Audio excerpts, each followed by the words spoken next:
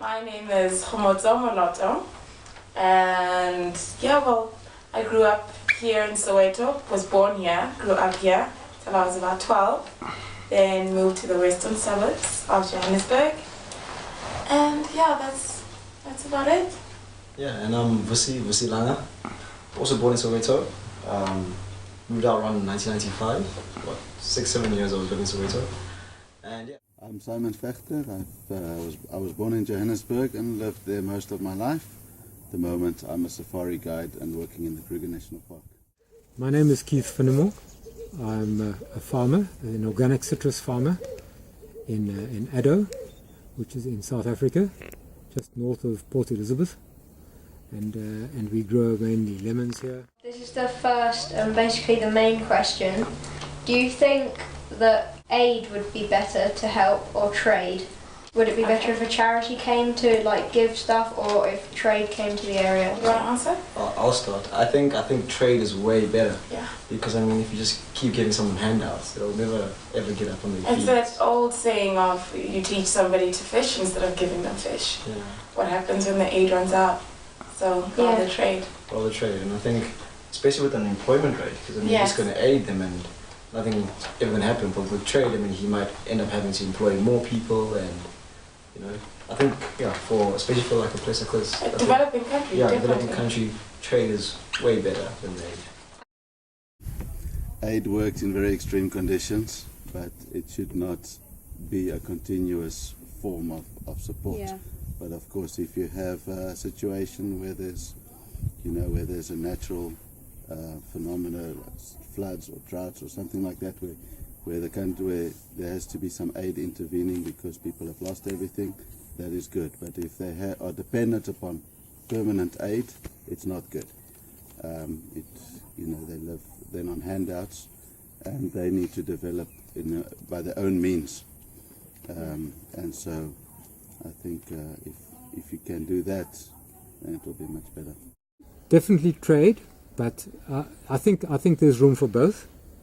I think if one is going to look at things like basic education, like often health, and these things impact quite strongly upon people's ability to become economically active. There's definitely room for aid. But in terms of government-to-government type things, in terms of broad development and long-term and sustainable development, then I think we need to go the trade route. How would you define development? Would you say it's getting better resources and technology? Would you say it's mental development, like how a community grows? It's a multitude of things. It's a bit of everything actually. Infrastructure obviously plays a huge role. Our education system plays a huge role. Yeah. Just the environment in general, like you're saying, the community. And even the governance of the country. And the community itself. Yeah. So it's a multitude of things that just collectively just make it. Define development. Basically. Because often we see development in terms of a third world development. So people look at it and try and bring a better life for people, and economically, I think first of all, if you look in a third world country, I think education is probably the main part of development, because in that sense, with the right education, they can develop their own lives and cultures in a way that will give them a better life that's more sustainable, but not necessarily bring a Western life to them. Because a lot of people see development as being a Western lifestyle, and that is what was the big problem with colonialism in Africa, for instance. Yeah. I think if you teach them, or if you educate them, they can develop in their own way, in their own culture, and by their own means. It's quite a broad term. We look at this farm. We employ 9 people, which is 9 families, during the summer season, and another 7 families during the harvesting season, and it's enough to support us as our family as well. And we create a lot of, there's a lot of economic benefits from the farm. There's a lot of economic spin-offs. A lot of people, we buy a lot of stuff from other people, whether it's it's diesel or manure or whatever. They all make money. So there's a lot of there's lots of different spin-offs. You know, there's educational. That's not really answering your question, but it's somehow or other. It's you know it's a very broad term. Development is a very broad term, and in terms of sustainable development, we like to think that our farms are becoming more and more stable economically. And how do you find it living here? Do you feel safe, like, on the whole, or? Yes. Yeah, I do. I love Alada. Yeah, I love it. I mean, I think the one thing I do miss though, because we travel a lot, is in South Africa we don't really have walking towns where when it gets dark in South Africa you tend to just want to be indoors. I think that's the only thing. Drive. Yeah, or just driving, you know, to your location. Also, I feel unsafe though. I feel very safe. Just that, like, once you got outside, you realize that, you know, after like 10 people are still walking around the streets. Do you feel safe living in Johannesburg, and why or why not? Well, I've lived most of my life in Johannesburg, and I've personally felt very safe. If you drive around Johannesburg, you'll realize, you know, there's quite a lot of police action there. People live behind wired fences and electrified fences. So it seems like living in a prison. It probably makes it safer. It doesn't look so good, but, you know, I grew up like that, and so I don't really know any different, and don't really see that. But I do feel safe. I can walk around in the streets, no problem. I think it's like any other city, you know.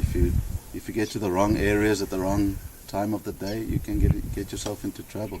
I personally know people that have been affected by crime. They've been robbed. Some people have been shot or held at knife points or things like that.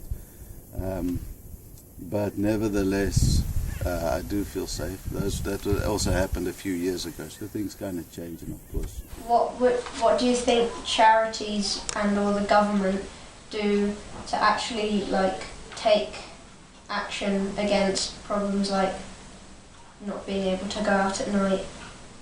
I think, never mind government, a lot of security businesses have just boomed, you know, because there's a huge gap in that market. I mean, and so they'll feed that fear. Yeah, I mean, it's created a huge industry. I mean, you got, like, what's this, ADT?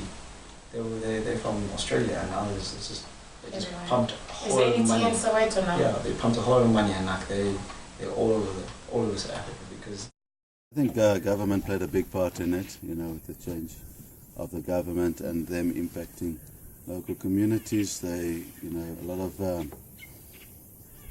money has gone into building schools, educating people.